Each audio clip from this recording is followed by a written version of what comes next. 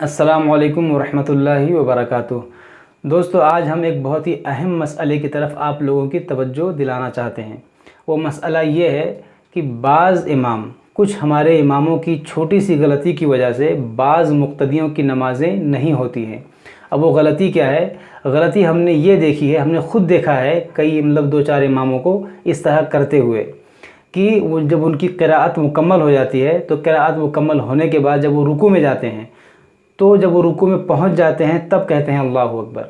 रुकू में पहुंच जाते हैं या रुकू के ज़्यादा करीब हो जाते हैं तब कहते हैं अल्लाहु अकबर। और इसी तरह से जब वो रुकू से खड़े होते हैं तो जब वो खड़े होते हो जाते हैं तब कहते हैं समी अल्लाहु लिमन हमिदा, या खड़े होने के ज़्यादा करीब हो जाते हैं तब कहते हैं समी अल्लाहु लिमन हमिदा। ये गलती करते हैं। जबकि हुक्म क्या है कि आप जब रुकू में जाएँ तो अल्लाहु अकबर, यानी अकबर का जो रे है आप जब रुकू में पहुँचे तो ख़त्म हो जाए।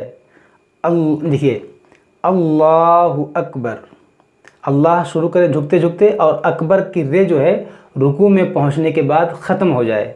और इसी तरह से जब आप रुकू से सीधा खड़े हों तो आप यहाँ से शुरू करें समी अल्लाहु लिमन हमिदा, यानी यहाँ पर देखें समी अल्लाहु लिमन हमिदा। हमिदा की हा कहते हुए आप सीधा खड़े हो जाएं। लेकिन जब आप इस तरह करेंगे कि खड़े होने के बाद समी अल्लाहु लिमन हमिदा कहेंगे तो इसमें मसला क्या होता है कि जो आपके साथ शुरू से जो नमाज़ें पढ़ रहे होते हैं मुक्तदी, उनकी नमाज़ों पर तो कोई फ़र्क नहीं पड़ता। लेकिन जो बाद में जो पीछे रह जाने वाले होते हैं, जब वो जमात में शामिल होते हैं तो जब उनके लिए क्या हुक्म होता है कि जब वो इमाम को अगर रुकू में पा गए तो उनको जमात मिल गई, उनको वो रकात मिली। अगर वो एक सेकंड के लिए भी इमाम को रुकू में पा गए, मसलन इमाम साहब रुकू में हैं, वो आया और वो रुकू में गया, आप ही रुकू में से उठ रहे हैं, अगर एक सेकंड भी दोनों की मुलाकात हो गई इमाम और मुक्तदी की, तो उसे ये रकात मिली। और अगर इमाम साहब खड़े हो गए और ये बाद में रुकू में गया तो उसको ये रकात नहीं मिली, इसको फिर बाद में अपनी एक रकात पढ़नी पड़ेगी। तो जब हमारे अइम्मा रुकू से खड़े होने के बाद जब वो समी अल्लाहु लिमन हमिदा कहेंगे और बाद में आने वाला जब रुकू में जाएगा तो वो ये फ़ैसला नहीं कर पाएगा कि इमाम साहब रुकू में हैं या खड़े हो गए।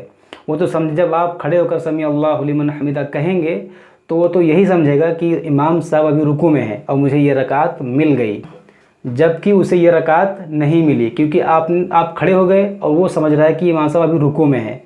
तो इस गलती की वजह से और इस तरह से वो अगर 4 रकात वाली नमाज है तो वो 3 पर ही सलाम फेर देगा। इस तरह से उसकी एक रकात छूट गई। तो जब 4 रकात वाली नमाज़ थी उसने 3 ही पढ़ा तो उसकी नमाज़ कहाँ से हुई?